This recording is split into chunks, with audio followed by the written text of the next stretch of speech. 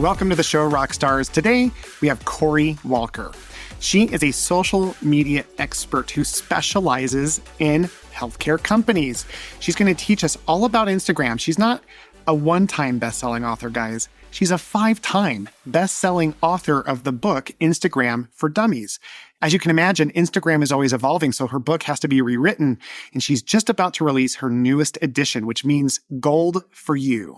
As you're listening, you're going to hear her how she leverages Instagram with healthcare companies to grow their practices. She also has a coaching company, so if you're at the point where you need some help, there's some information on that. But this episode will give you some simple tools of how you can amplify your impact and get some more patients in. Enjoy the show. In your bio, it talks about how you work with healthcare businesses. How did you get into that niche? Are you a healthcare provider, or how did you fall into that? Well, I started working for Vision Service Plan. So that was all optometrists, ophthalmologists. I went from there over to working for myself. And then through a connection at VSP, I got involved with Dignity Health. And so for a lot of your viewers, listeners, if they're not familiar with Dignity Health, it's a very large healthcare network, mostly in the West Coast and Arizona. And so I started working with them probably 16 years ago. And then it just kept growing. So I'd work for a hospital network. And then as social media was growing, that hospital network would say, "Oh, hey, you need to talk to Corey." And they'd tell me, or they'd refer me over to a medical group. So it kind of just kept growing. And so I do a lot with them. And then I do some with a smaller community health network up in Nevada City in California. And so it's just gotten into this little niche area that I really like working with healthcare providers to help them with their social media. Okay. So have you worked with smaller practices before, like your mom, pa, who just owns like one location kind of thing, or is it usually bigger clients? Well, it's a mix. So the one I just mentioned in Nevada City, they're a community health clinic, but it's pretty small. And then I do have another client who is a OBGYN, and she also does some of the weight loss, like some of the new GLP-1, semaglutide, all that kind of stuff. And she's on her own. So I do a lot with her, and we do a lot of content around just general healthcare for diabetics, healthcare for women trying to lose weight. She leans more into that than the kind of OB/GYN side. That's very cool that you have that background in it. So how did you get into Instagram to begin with? I just started using it myself when it first came out. And then I started promoting my business through it. And then as I was seeing some success, and I will say it was a little bit easier in the beginning because it wasn't so flooded. But so as I started seeing success with it, just promoting my own business, I started putting more and more of my clients on it and saying, "Hey, I think it's time. We should get on there."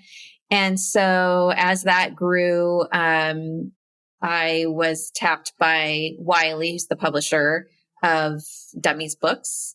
And they said, "Hey, would you like to write Instagram for Business for Dummies?" was the first one. And then the second one was just Instagram for Dummies. So yeah. Okay. So you've written Instagram for Business for Dummies. You've had 4 books you've written. You've got a 5th one coming out. Let's talk to these business owners who probably are very afraid of Instagram, like we were talking about. Like it's this very scary thing that people know they should do, and maybe they're even on personally. Let's start with some 101 kind of stuff. What would you say to a business owner as to why Instagram is so important to grow their business? Yeah. So Instagram is really kind of the middle ground where a lot of different audiences are. Facebook has aged up quite a bit. So I have a daughter who is 20, and I have another daughter who's 16. They wouldn't touch Facebook with a 10-foot pole. And then you've got TikTok, which is a much younger audience where they are. But Instagram kind of straddles both of those markets and the middle. So you've got, you've got your Gen Z on there, you've got your millennials on there, you have Gen X, you have boomers, you have everybody on there in different capacities. And I find that some of the different age ranges enjoy certain features over others. So it really is a platform that you can use to get to almost whoever you want, because they're all they're all there, as opposed to some of the other That is ones. amazing. I never knew that because, I think people know that Facebook's for the older group, so to speak. Although, for someone who's on Facebook, I don't like that, but whatever, it's true. We all kind of know it's Me there. too. Yeah, right. But that Instagram, I didn't realize it was that catch-all. It captures kind of the ends of both sides of that, plus everyone in the middle. And so for someone who has as much healthcare experience as you do, helping people with their Instagram accounts, what do you see businesses use Instagram for that helps them grow? Well, the first thing that you have to do is assess who your target audience is.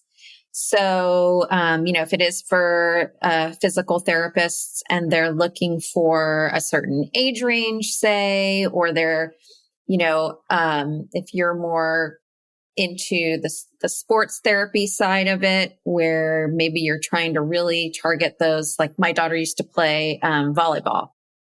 So, maybe you're trying to target that type of audience. So really hone in on what audience that you want to see. And then start creating content for that audience. Now, what would be the benefit of me using it? I mean, now I know I can reach all those people. You were talking about how you would target patients, is what you were saying. You're like, yeah, if your audience is younger, you can target them on Instagram. If they're older, you can still target them on Instagram. And so depending on your patient list. So how do you do that when the client works with you to like, hey, Corey, help me grow my medical practice? What are the things that you would advise them to do or do for them that helps them get new patients, for example? The very first thing we do is take a look at who is your ideal patient. Because we all know I have clients and I have, some clients that they're great to have, but they're not my favorite cup of tea, or they don't, and you've got patients that are probably the same way. So there's probably some patients where you say, yeah, I'm fine taking them, but what I really want is this unicorn over here. So we go through a bunch of questions that really help you identify your ideal client. Once we have that, we can tailor more of the content to reach that person and really speak to that person, what their language is, what their style is. Like I was mentioning before on Instagram, different ages sometimes like different parts of Instagram better. So if you find like, oh, I really want to reach the younger audience of Instagram, you might concentrate mostly on reels and stories. Whereas if you're trying to get more of the older audience, you might look at more of just the regular content in the feed. So yeah, getting that perfect patient and trying to market to them is better than trying to just put out a bunch of stuff to reach your whole patient base, because there's going to be a big difference in who they are. And if you try to please everybody, it's just going to be kind of meh, Yeah, I love that, Corey. Rockstars, as you're listening to Corey, this is a really big concept. What we're talking about is creating an avatar. Yes. As you guys know online, I'm big on helping people recruit, and it all begins with imagining the perfect person, because when we're trying to help everybody, and I think that's the scarcity mindset, Corey, Yep. is that when people are trying to like just get as many patients as they can, they shoot themselves in the foot because they get as many different kinds of patients or hires or whatever it is that they're marketing for, and they're miserable because you are saying, let's cut down to the chase of the most valuable, perfect customer or hire. And then you're looking to understand how they think and operate. And then you're going to where they live, whether it's reels for the younger person or whether it's the feed for the older people. Right. And I would say, just as a double point to that, Corey, that like the act of doing that with a professional on its own becomes a return on investment. Oh, absolutely.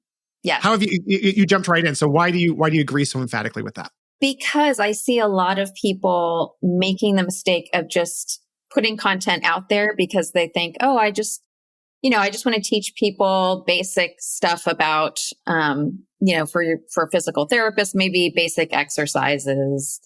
all this stuff, but it's generic. It doesn't scream to the person, yes, I want to hire this person, or I want, my medical insurance to go to this person. Like you were saying with the scarcity mindset, a lot of people are afraid to be too specific because they're afraid they're going to turn other people away. But once you are that person and in that audience that people will say, oh, he or she, they're my guy, they're my gal. It makes a world of difference, and it makes converting them over to your services a lot better. Yeah. And it's so funny. I have kind of on a parallel plane, a good friend of mine, he was telling me about this weight loss program that he joined. And I said, so how did you pick the weight loss program? And he said he was on Instagram and an ad came up that literally said, are you a young father who graduated from ASU University who's got 30 pounds to lose and you just don't understand why you can't lose it? It's like, are you in my house? Are you? Yeah. It was kind of like, are you in my brain? Like he said he didn't even have a choice. He's like, I had to click on learn more because it was nailing him so specifically. And that's when we get growth. It's not like this thing where it's like, hey, lose 20 pounds and look better. Everyone's saying the same thing. And when everyone's saying the same thing, you become white noise. So you help people through Instagram, this wonderful target area of like finding everybody, but you can niche their perfect candidate or perfect customer down to where they are by understanding what that looks like. So you create the avatar. Once you do that, what are other things you do to help get new patients or find people hires or whatever? Well, I mean, going back to your example of your friend is not only can you be creating that content towards that one person, you can also back it up with some Instagram ads where you're telling Instagram, I want to reach, men in their 30s to 40s who have school-age children. I mean, you can get pretty specific. If you try to do it just through the app, sometimes it doesn't go that granular, but this is kind of a higher level conversation. But if you go into the Facebook ads manager, you can run it just on Instagram or you can run it on both. You can get pretty specific on the different topics and demographics. So that's really neat because if you had like a physical therapy client who is looking to target a vestibular rehab or pelvic health issues or very specific diagnoses, those we know on the medical side that there's traditional geographic. I'm sorry, I'm getting the word wrong, but there's demographic. Demographic. Yes. Thank you. For those who are listening or laughing, it's been a few years since I've treated. So demographic information, you understand that like there's a certain type of profile of a patient who's typically going to suffer with those conditions.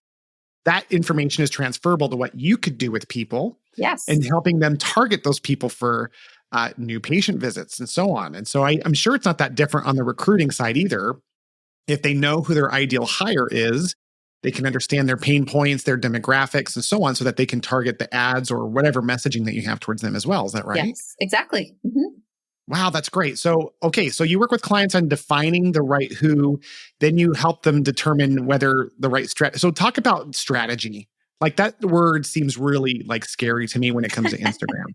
What is Instagram strategy and how do you help create that with people? So once we have our avatar, our ideal client or patient, we go through and one of the first things I will do with people is kind of test what their bandwidth is for how much they can give back to me. So if I'm doing a strategy and I'm talking to them and they're saying, oh my gosh, I have zero time for marketing. I'm so busy. I don't even want to look at this.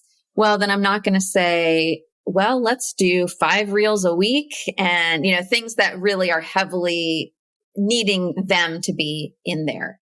So that's one of the first things I do. And a lot of people don't do that. But as a business owner myself, I appreciate how much time I have. And I try to be realistic with people. And I don't like to give them something that I know is just going to be overwhelming. So I really like to start with where they are and build on that. So that's the first thing we look at, what they can do. Then we talk about what their goals are. So if they are trying to reach, if they're trying to get, say, 8 new patients a month, whatever it is, what are their goals and how can we achieve those? We also look at some of their competitors, like what do you see them doing really well? And how could we take that information and transfer it into something that you could do?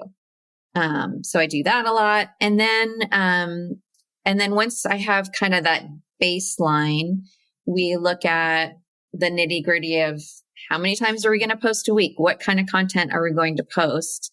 We look at their messaging to see how they're speaking to their clients, what's effective for their clients. And then we get into the actual content itself and start creating some kind of test content. And we go back and forth to see how it resonates with them. And then we'll do some tests and, put it out there to see how the audience actually reacts to it. And then we build from there. It's, marketing is something you can't just throw it out once and be done. It's like you have to take off. Yeah, you have to go back and analyze what's working, what's not. Luckily, most all of the platforms at this point have a way to dig into the data some more and look at what's working. So we do that as well. And then just keep chugging along. And for those clients that don't have a lot of time and just want more content, I do have ways to just, once we have established what they need, delivering, 3 posts a week, once a month, and they can review it. I send it back and we get it posted for them. So that's kind of if somebody just wants something easy, they know they want to be out there, we can do that. And then for the ones that want to be more involved, we'll do more reels and really get into it. Yeah, that's really cool that you have this ability to scale to where and meet people where they are with their tolerance for the extra work that goes into it. But I just want to highlight to the rock stars that are listening is that this world is intimidating, but we never think about what we think or how, we think about who. Like you being a who that they could potentially work with to help implement these things. I will tell you the research of how to leverage social media for new patient or recruiting, new patient growth or recruiting new PTs or whatever it is, it's phenomenal. And my partners, the people I've coached over the years, Corey, that leverage Instagram, they are winning the game at a completely different level. And I think the reason being is because most PT owners are so drowning in their own business, they don't have time to do much. And you're offering an opportunity for people just to get going into that. And I love that too, because as you're early stages testing things, which is a normal part of that process I've learned from my own journey, then you can go, wow, this is working. It'd be worth your time and money to amp this thing up. And once you get that strategy that's going. So talk about results. What are the things that you've seen with your clients when they leverage Instagram in terms of growing their company? Well, with my work with Dignity Health, we definitely do see these patient growth. We're in open enrollment season right now. Oh yeah, really big right now. Yeah. So one of the things that I help Dignity Health with is managing their Facebook and Instagram comments. And they have a lot of ads running right now for different providers. And they're just ads saying like, come see Dr. Smith. And I'm seeing a lot of comments from people saying, okay, what's his address? How can I make an appointment? And we have ads that go directly to a landing page where they can make their appointment right there. So I'm seeing, I'm seeing direct results from these open enrollment ads. So that's probably, it relates the most to your audience. And it's definitely, I'm seeing it happen. I don't know in the PT world if it's as tough as it is in just, family practice and other types of businesses in the healthcare field, but it's hard to find doctors right now. Oh, you just hit a nerve. Every PT listening is like, sister, you have no idea. PTs have the largest skew of number of providers to number of positions of any healthcare industry. Okay. So right now it's It's insane. The difficulty of recruiting is at a level it's never been at. Yeah. Yeah. So that's interesting. So, and yeah, we're finding that as well. With doctors, people are saying, oh, I have to wait, 3 months to get in. And so when we have these ads, and we only do ads for the doctors who are accepting new patients, because why would we advertise otherwise? So for these patients, they are seeing, oh, he or she is available, next week. This is amazing. And so that's why they're so excited about it. So if you do have PTs that have an open book ready for more patients, and if it is as impacted as you're talking about, just getting that word out and talking about that specific, therapist, then there's a good chance that will convert into some new clients, new patients. Absolutely. And I think the application to recruiting on this it goes without saying, because this generation, most PT owners are looking probably for that millennial Gen Z. I don't even know, like that 20 to something and above. They're looking for those individuals, and they're all on Instagram. So to have these targeted ads, or whether it's just posts that relate to them, I've seen clients of mine who have just cleaned up on the recruiting space. It's not hard to recruit physical therapists for every PT owner. It's hard for most, but the ones who know how to do it are cleaning up. And I will tell you, in every case, there's a huge LinkedIn component and other social media factors. The LinkedIn is a lot more of a targeted thing versus a branding thing, which is, an element there. But I love that you can help people meet where they are and help them grow and scale. And this all goes back to the fact that you've already written 4 books. I think it's a huge compliment that the For Dummies genre approached you on this. I mean, that is one of the greatest social proofs I've heard. Is that, because that's the book company that has totally cornered the market on helping people get started in seemingly complex areas very simply. And you've got 4 books. Yeah, I just got the PDF for the 5th one, the final PDF today. So I was excited about that. Like? I can't wait to get my paper copies. That's so big. So writing the book obviously says a lot about you and your expertise.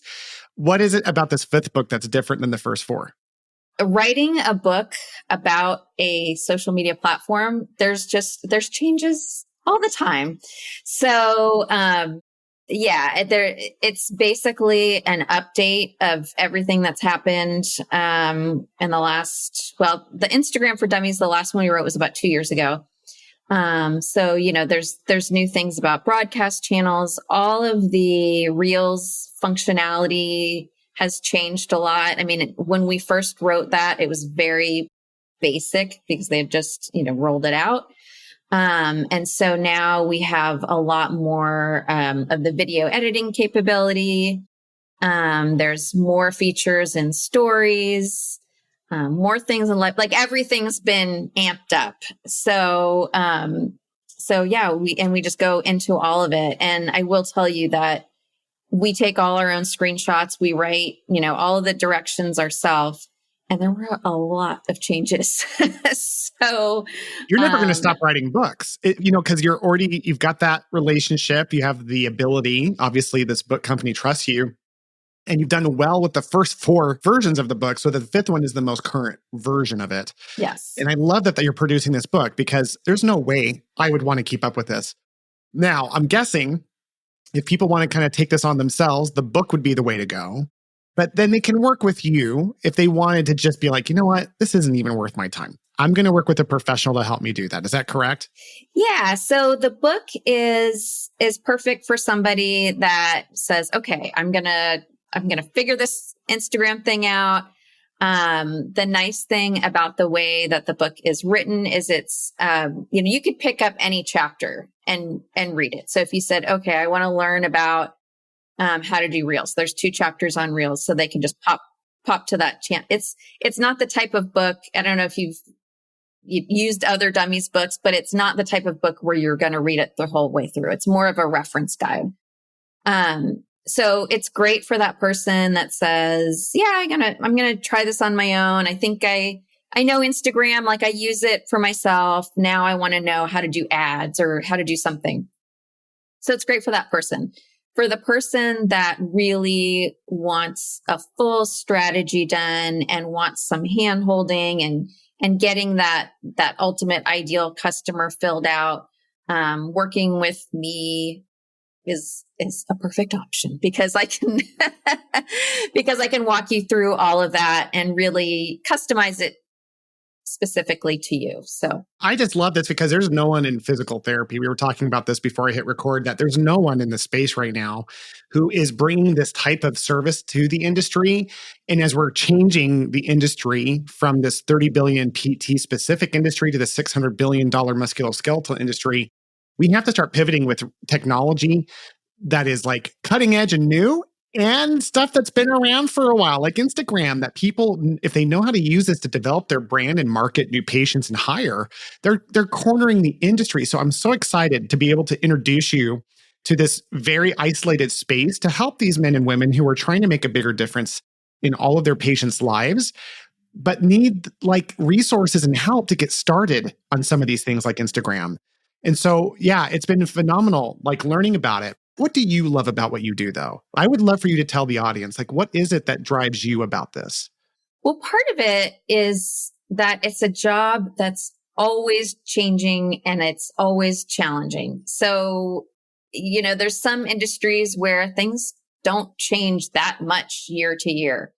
But it's day to day, baby. So It changes you couldn't find something more prone to change than social media. Yeah. It's changing. All the algorithms are constantly evolving. Yes. So, I mean, it's a blessing and a curse. I love part of it, but sometimes I'm please just stop changing things. So that's part of it. But I really do enjoy working with business owners, especially these service-based type of professionals, and learning more about what they do, because that's lifelong learning in itself, just learning about a new industry and what their problems are, what their pain points are, and figuring out how to get over those hurdles. So, I'll always love working one-on-one with different people to get some wins for them.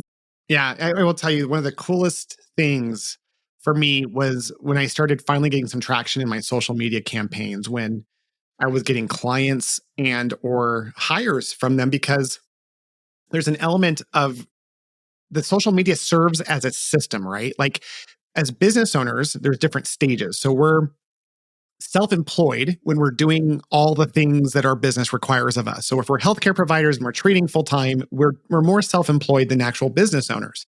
Self-employed trades time for money. Business owners trade people and processes for money. So having something built out in the social media space, those are systems and processes. So when you start getting results from that, it's no longer about the doctor or the therapist going out to the community to market or going to other doctors to market. They are in a position now where they have this digital world that's starting to create it.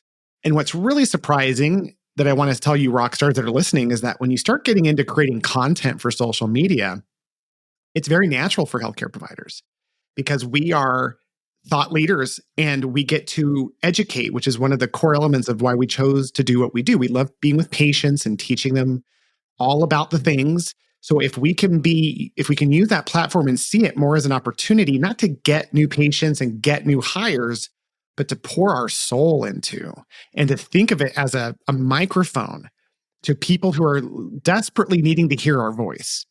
And then we can work with a professional like Corey that can help us create the content.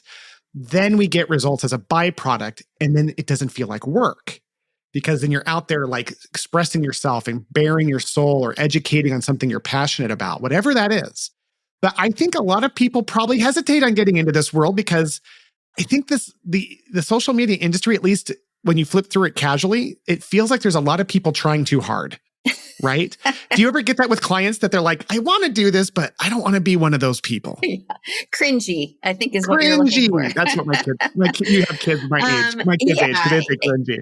It all depends how you approach it. And as you were talking about that you're educators, that kind of was just like a light bulb in my head. One of the things I really like to do with people like service providers, doctors, any of those types of positions is, you have a wealth of knowledge And that knowledge can easily be broken down into short videos, reels that can go up online. So even if you're just, talking to a patient, now I do not suggest you film anything with a patient unless you have this permission first. Waivers, Yes. blood contracts, all that stuff. Yeah. But, after you have a conversation with a patient and they leave the room and you think, oh gosh, this is something that comes up all the time.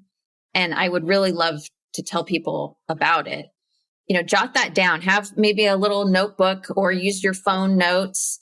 And when you have these conversations, either you're having them over and over. And so you feel like, wow, this is an issue that a lot of people are dealing with.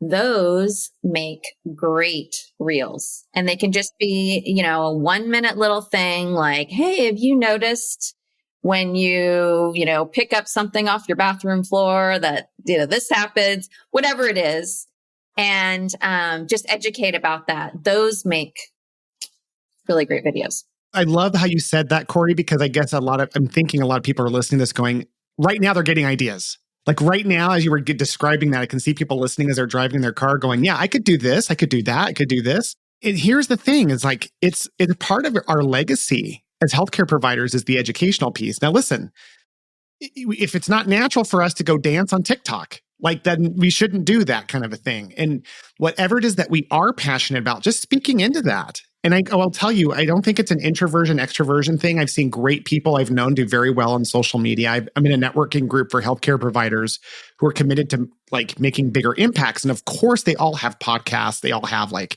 huge YouTube followings, whatever. But their thing is that they're just really authentic about the thing that they're talking about. And I have this one guy, he's a doctor who specializes in failed breast implant diseases. So very niche market. He's got millions of subscribers on YouTube.